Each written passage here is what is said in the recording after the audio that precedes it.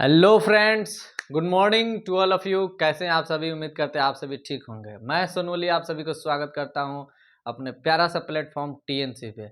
आज आप लोगों के लिए बहुत ही ज़बरदस्त टॉपिक लेकर के आया हूं, जो आपके एग्ज़ाम के पॉइंट ऑफ व्यू से और आपका जो जनरल नॉलेज है, जो आप जीएनएम है या बीएससी नर्सिंग है, तो आपको ये सारी चीज़ों के बारे में पता होनी चाहिए कि स्कोप ऑफ नर्सिंग क्या है, आप लोग कहाँ-कहाँ काम कर सकते हैं, आपके लिए जॉब की अपॉर्चुनिटी क्या-क्या है, आपका चांस क्या-क्या है, कहाँ-कहाँ आप जॉब कर सकते हैं। इन सारी चीज़ों के बारे में आज हम डिटेल बताएँगे कि आप लोग कहाँ-कहाँ जॉब कर सकते हैं एज़ अ नर्स। अगर आप नर्सिंग प्रोफ़ेशन से जुड़े हैं, तो मेरे साथ जुड़े रहिए। ये सभी चीज़ों का डिटेल हम लोग अभी डिस्कस करने जा रहे हैं।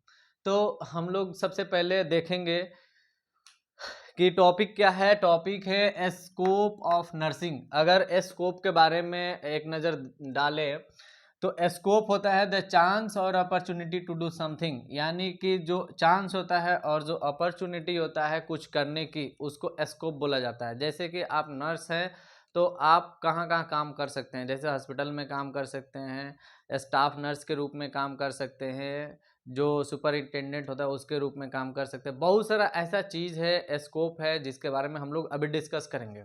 तो मेरे साथ एंड तक बने रहिए, क्योंकि बहुत ही इंपॉर्टेंट टॉपिक है इसके अंदर, जिसको आपको जानना निहायत ही ज़रूरी है। तो आइए हम लोग देखते हैं कि क्या है।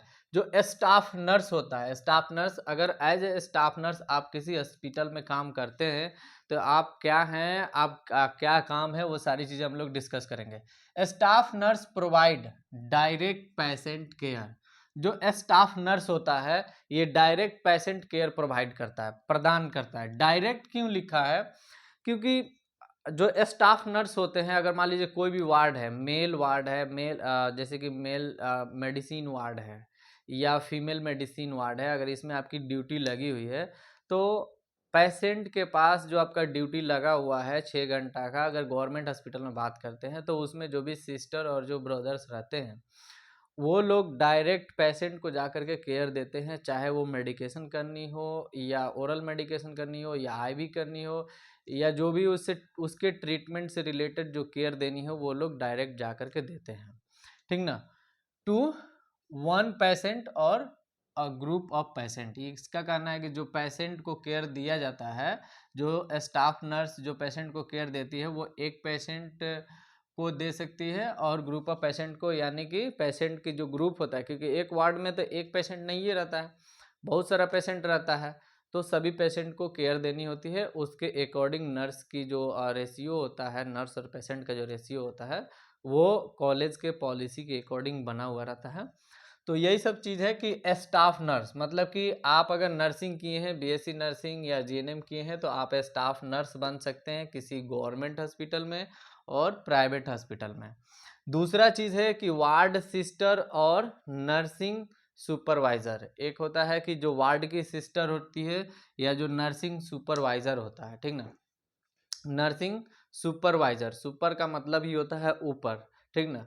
तो नर्सिंग सुपरवाइज़र यानी कि कहीं न कहीं ये जो स्टाफ नर्स है उससे ऊपर में होगी, तो इसको हम लोग देख लेते हैं। She is she is responsible to nursing superintendent, यानी कि कह रहा है कि ये जो नर्सिंग सुपरवाइजर होती है ये जवाबदेही होती है किसके लिए? नर्सिंग सुपरिंटेंडेंट के लिए। नर्सिंग जो सुपरिंटेंडेंट होता है ये ऊपर वाला अथॉरिटी इसको बोल सकते हैं,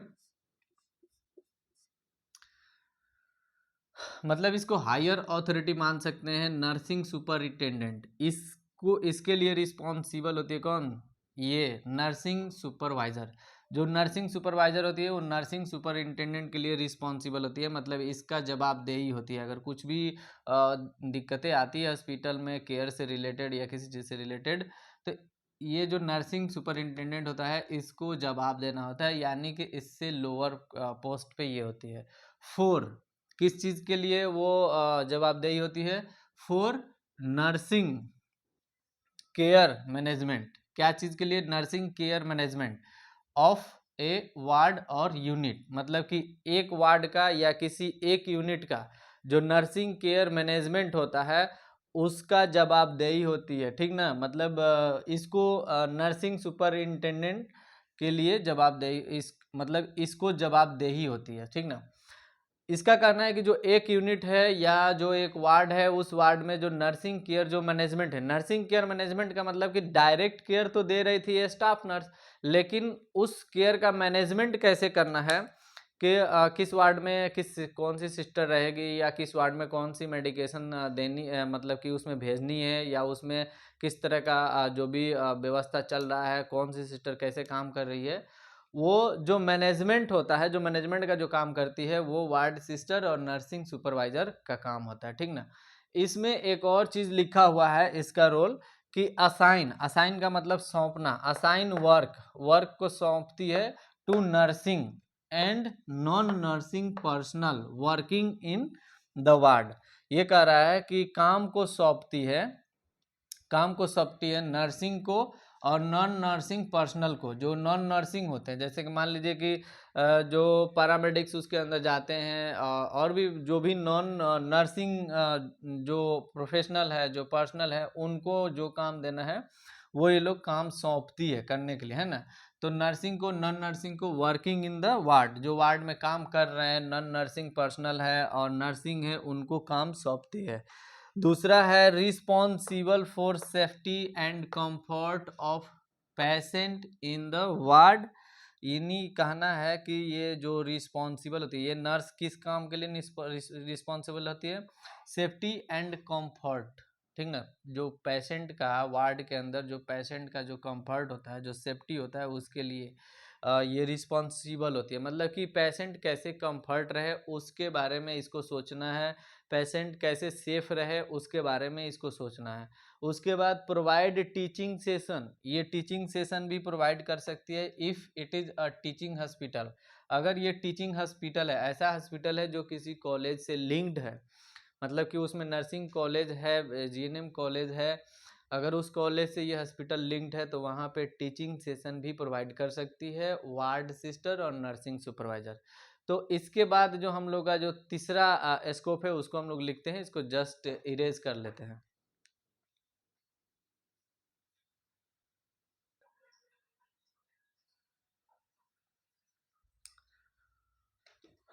तो इसके आगे का जो भी पॉइंट्स है उसको हम लोग देखते हैं अब। इसमें तीसरा है department supervisor and assistant nursing superintendent. तो ये डिपार्टमेंट का सुपरवाइज़र होती है और असिस्टेंट नर्सिंग सुपरिंटेंडेंट, मतलब कि जो नर्सिंग सुपरिंटेंडेंट है उनका ये असिस्टेंट होती है। नाम के आगे क्या लगा है, असिस्टेंट, माने कि सहयोगी होती है। जैसे पर्सनल असिस्टेंट होता है ना, या असिस्टेंट ऑफिसर होता है, प्रोफेसर होता है, वैसा ही हो गया असिस्टेंट नर्सिंग सुपरिंटेंडेंट। यानी कि नर्सिंग सुपरिंटेंडेंट का ये असिस्टेंट है, यानी कि उससे छोटा इनका पोस्ट होता है। डिपार्टमेंट सुपरवाइज़र भी बोला जाता है। तो अगर इसको देखें कि ये किसके लिए रिस्पॉन्सिबल होती है, किसके लिए जवाबदेही होती है, तो she is responsible to nursing superintendent. जो नर्सिंग सुपरिंटेंडेंट है, जो इनसे ऊपर वाले पोस्ट पे रहता है हॉस्पिटल में, नर्सिंग सुपरिंटेंडेंट, उनको ये जवाबदेही होती है, ठीक ना। And deputy nursing superintendent, deputy nursing superintendent का मतलब होता है ये सेकेंड मोस्ट इम्पोर्टेंट आदमी होता है, मतलब कि दूसरा इम्पोर्टेंट आदमी होता है। जैसे कि एक हो गया कि नर्सिंग सुपरिंटेंडेंट, और नर्सिंग सुपरिंटेंडेंट से जस्ट नीचे पोस्ट पे होता है डेप्यूटी नर्सिंग सुपरिंटेंडेंट। तो इन दोनों के लिए इन दोनों का इन दोनों के लिए जो रिस्पॉन्सिबल होती है वो कौन होती है, डिपार्टमेंट सुपरवाइज़र और असिस्टेंट नर्सिंग सुपरिंटेंडेंट, जो इनका वो समझिए कि इन लोगों दोनों से नीचे पोस्ट पे होती है। फॉर द किस काम के लिए, nursing care, nursing care and management of more than one ward और यूनिट।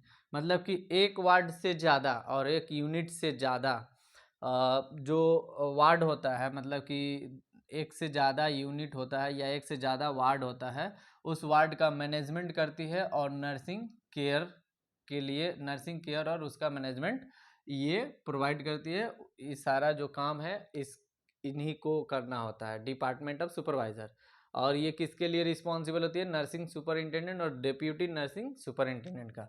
जैसे जो सर्जिकल डिपार्टमेंट है और जो ओपीडी है, आउट पेशेंट डिपार्टमेंट, अगर आप हॉस्पिटल में जाते हैं तो आपको लिखा हुआ रहेगा ओपीडी। ओपीडी का मतलब होता है आउट पेशेंट डिपार्टमेंट। जो पेशेंट बाहर से उसमें आते हैं और ट्रीटमेंट करवा कर फिर चले जाते हैं, वहाँ रुकते नहीं हैं, उनको आउट पेशेंट डिपार्टमेंट बोला जाता है। और सर्जिकल डिपार्टमेंट, अगर ये मान लीजिए कि ये दो एग्जांपल हमने दिया कि अगर दोनों वार्ड को वो खुद संभाल रही है तो वो जो है डिपार्टमेंट सुपरवाइजर नर्स का काम है और असिस्टेंट नर्सिंग सुपरिंटेंडेंट का काम है।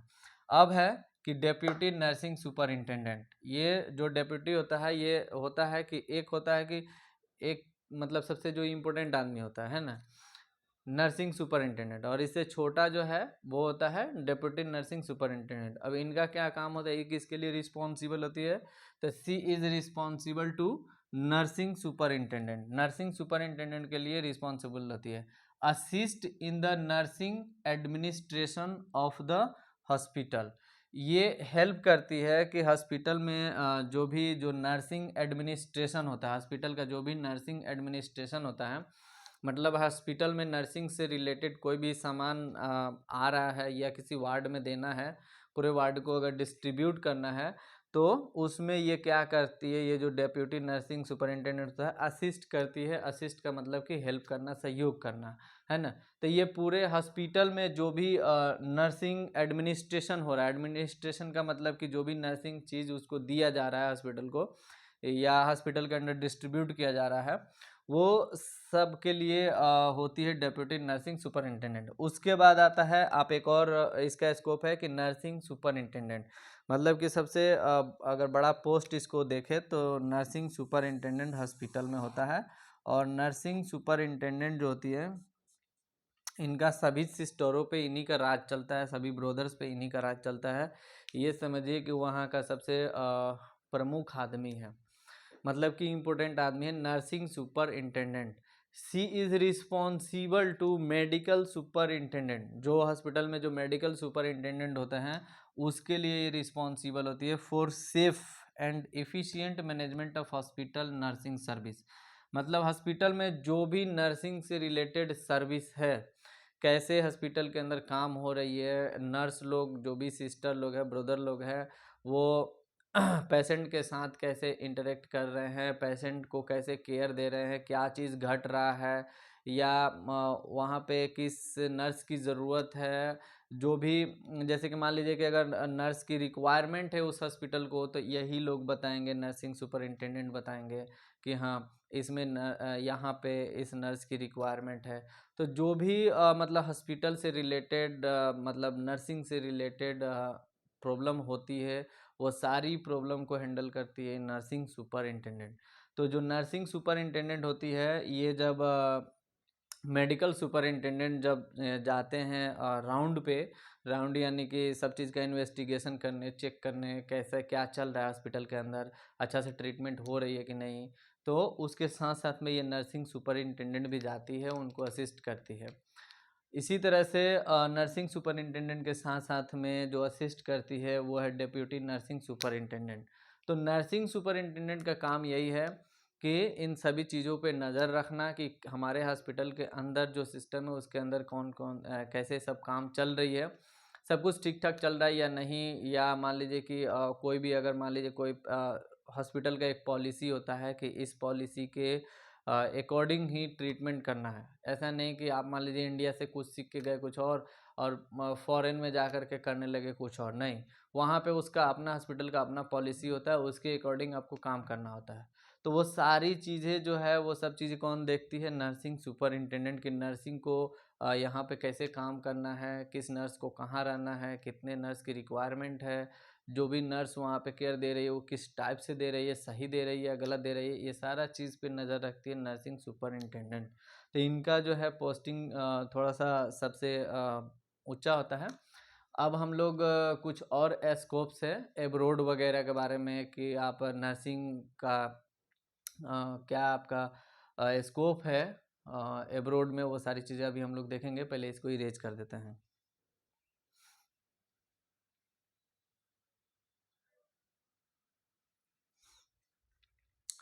तो अब हम लोग इसका जो छठा पॉइंट है वो डिस्कस करेंगे। छठा पॉइंट में ये है कि डायरेक्टर ऑफ नर्सिंग, यानी कि नर्सिंग का ये डायरेक्टर होता है, ठीक ना। She is responsible for both nursing service and nursing education within a teaching hospital. जो टीचिंग हॉस्पिटल है, वैसे हॉस्पिटल जो कॉलेज से लिंक्ड है, जुड़ा हुआ है और वो पढ़ा रहा है, तो उसमें जो नर्सिंग एजुकेशन है और जो नर्सिंग सर्विस है, इसके दोनों के लिए रिस्पॉन्सिबल होती है डायरेक्टर ऑफ नर्सिंग। तो ये एक स्कोप होता है। उसके बाद कम्युनिटी हेल्थ नर्स मतलब CHN, services provided mainly focusing reproductive child health program. मतलब जो कम्युनिटी हेल्थ जो नर्स होती है, इसकी जो सर्विस होती है ये प्रोवाइड किया जाता है, मतलब कि प्रदान किया जाता है। मेनली किस पे फोकस करता है? रिप्रोडक्टिव चाइल्ड हेल्थ प्रोग्राम पे। रिप्रोडक्टिव चाइल्ड हेल्थ प्रोग्राम पे CHN जो नर्स होती है वो इसके लिए काम करती है, इस प्रोग्राम के लिए काम करती है। जो गाँवों में देखे होंगे कि बच्चों को इंजेक्शन के लगाने के लिए, या जो भी प्रेग्नेंट लेडीज़ होती है उसको अवेयर करने के लिए, एजुकेट करने के लिए जो नर्स होती है वो कम्युनिटी हेल्थ नर्स होती है, CHN। उसके बाद में है टीचिंग इन नर्सिंग। तो टीचिंग इन नर्सिंग यानी कि नर्सिंग फील्ड में एज अ टीचर आपको पढ़ाना है, तो teaching in nursing. Teaching as a tutor, आप ट्यूटर बन सकते हैं। एज ए ट्यूटर आप पढ़ा सकते हैं, ट्यूटर बन सकते हैं, सीनियर ट्यूटर बन सकते हैं और लेक्चरर बन सकते हैं। उसके बाद एसोसिएट प्रोफेसर बन सकते हैं। एक जो एसोसिएट प्रोफेसर होता है और एक असिस्टेंट प्रोफेसर होता है और एक प्रोफेसर होता है। तो प्रोफेसर बन सकते हैं, एसोसिएट प्रोफेसर बन सकते हैं, असिस्टेंट प्रोफेसर बन सकते हैं। इन तीनों में ये अंतर होता है कि प्रोफेसर समझिए सबसे बड़का भाई है क्योंकि उसको ज़्यादा सैलरी मिलता है, और जो एसोसिएट प्रोफेसर है वो उससे मझिला भाई है, थोड़ा सा छोटा होता है, और असिस्टेंट प्रोफेसर होता है वो सबसे छोटा होता है, उसका सैलरी और कम होती है। उसका जो टेन्यूर होता है वो ग्रांटेड नहीं होता है, मतलब कि उसका जो कार्यकाल की जो अवधि होती है असिस्टेंट प्रोफेसर का, वो ये फिक्स नहीं होता है, वो परमानेंट नहीं होता है। लेकिन ये दोनों परमानेंट होता है, और उसमें जो उसकी कार्यकाल की जो अवधि है वो परमानेंट नहीं होता है, वो कुछ दिन के लिए कॉन्ट्रैक्ट पे आए हुए रहते हैं। तो वो असिस्टेंट प्रोफेसर होता है ना। अब दूसरा है इंडस्ट्रियल नर्स। आप जो इंडस्ट्री होता है उस इंडस्ट्री में एज ए नर्स काम कर सकते हैं, क्योंकि इंडस्ट्री में बहुत सारे एम्प्लॉय काम करते हैं। उसमें जो भी काम करने वाले जो लेबर है, मजदूर है, उनको कैसे हेल्थ के बारे में एजुकेट करना है, उसके लिए जो भी हेल्थ से रिलेटेड डिजीज़ है उस जो उसके इंडस्ट्री से हो सकती है, वो सब चीज़ें उसको बतानी है, उसको अवेयर करनी है उसके उस डिजीज़ के बारे में। तो ये हो गया इंडस्ट्रियल नर्स। मिलिट्री नर्स जो कि इंडियन जो आर्मी होता है उसको केयर देती है, तो एज ए मिलिट्री नर्स आप उसमें इंडियन आर्मी के लिए काम कर सकते हैं। और नर्सिंग इन एब्रोड, ये तो एक बहुत ही बड़ा टॉपिक है मेरे लिए। आप एब्रोड में, फॉरेन में, कनाडा में, यूके में, ऑस्ट्रेलिया में एज अ नर्स आप जा कर के और वहाँ पे काम कर सकते हैं। वहाँ पे नर्सिंग का सैलरी भी बहुत अच्छी खासी है। तो ये सब हुआ अब आज का जो टॉपिक है हम लोगों का, ये स्कोप के बारे में हम लोगों ने डिस्कस किया, और मेरा उम्मीद है कि आप लोगों को ये सारी चीज़ें समझ में आई होगी, और ये आपके पॉइंट ऑफ व्यू से भी इम्पोर्टेंट है, एग्ज़ाम के पॉइंट ऑफ व्यू से इम्पोर्टेंट है, और प्लस आप अगर नर्स हैं और आप अपने करियर के बारे में सोच रहे हैं तो स्कोप के बारे में एटलीस्ट पता होना चाहिए। तो यही सब आज का टॉपिक है हमारा। तो थैंक यू, डेट्स ऑल। आज हम लोग यहीं पे एंड करते हैं। अगले लेक्चर में हम लोग देखेंगे अगला टॉपिक, तो हमारे साथ बने रहिए। Thank you, that's all.